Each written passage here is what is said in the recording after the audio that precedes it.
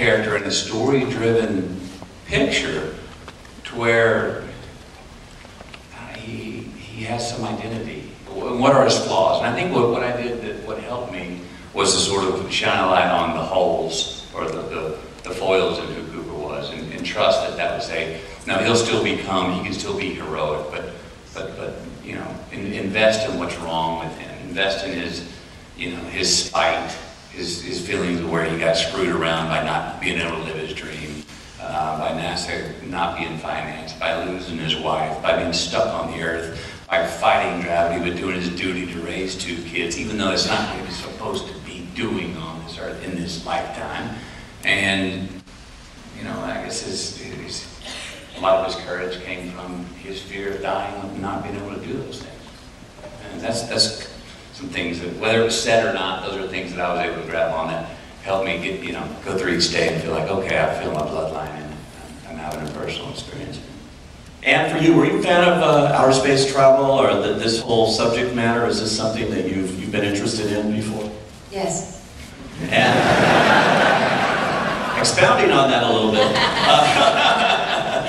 But this was something that, you know, is interesting to you, but how did you approach it?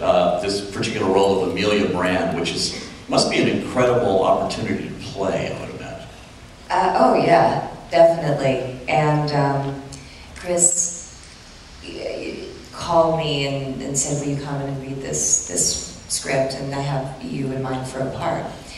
And I read it, and I didn't totally understand what it was, but I got it at the same time. But I didn't get her at all.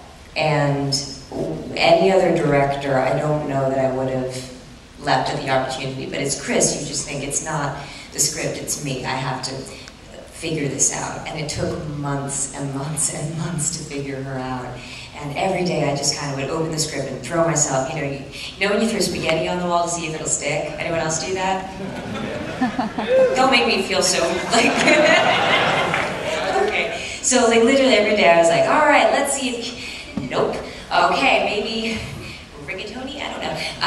And it took a while until I started talking to Chris about what the backstory was, and of course none of it, you know, is gonna make it on screen in any kind of tangible, or at least spoken way. But it was very important for me to understand who she was, where she came from.